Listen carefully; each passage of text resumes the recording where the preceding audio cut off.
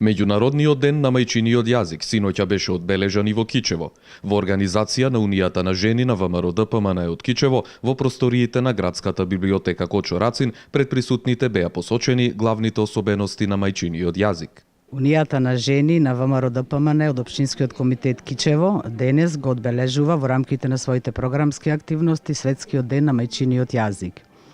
Значи, на овај ден сакаме да проговориме за значењето на македонскиот литературен јазик, за употребата на македонскиот литературен јазик, за грешките кои се прават во комуникацијата, за значењето на македонскиот литературен јазик. Значи, главната порака која сакаме да упатиме од оваа трибина е дека треба да го сакаме, негуваме и чуваме македонскиот јазик. На трибината присутните имаа можност да проследат и документарен филм за светите браќа Кирил и Методи.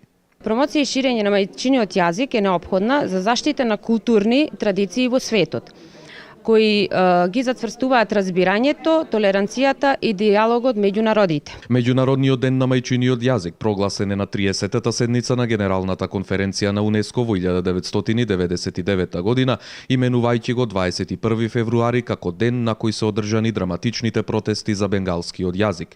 Во 2000 година овој датум е промовиран како ден на лингвистичка и културна разновидност и повеќејазичност.